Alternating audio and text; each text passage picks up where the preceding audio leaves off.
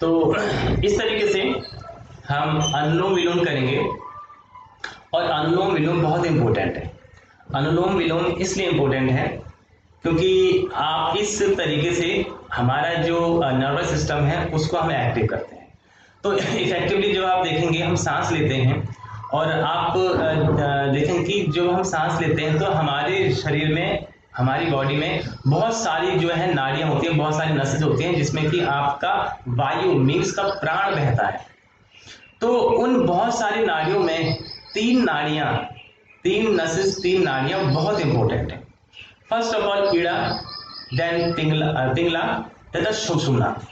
तो ये तीन नाड़ियां बहुत इंपॉर्टेंट है।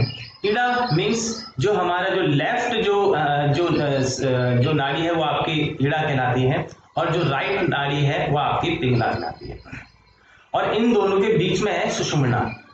सुषुम्ना इज द मोस्ट इंपॉर्टेंट। तो सुषुम्ना एक्सट्रीम लेवल का है, और सुषुम्ना नाड़ी जो है इसके ऊपर जो फोकस करता है उसका पर्पज होता है कुंडलिनी जागरण। तो कुंडलिनी जो आप जानते हैं कि कुंडली जो हमारे शरीर में 7 चक्र होते हैं, उन 7 चक्र को एक्टिव करने के लिए कुछ एक्सरसाइज होती है। और कुछ एक्सरसाइज के बाद जब वो कुंडलिनी जागृत होती है तो आपका जो सुषुम्ना जो सेंट्रल जो आपकी नर्व है उसमें आपका प्राण जाता है। बट विद रेस्पेक्ट टू जो मॉडर्न साइंस है वो अभी फैक्चुअली उसको रिकॉग्नाइज नहीं करता, उसको इसका आइडिया नहीं है कि वो कहाँ पर है, कैसे है। बट हमारे जो एंशिएंट ऋषिज हैं उनकी नॉलेज में ये अच्छा खासा है।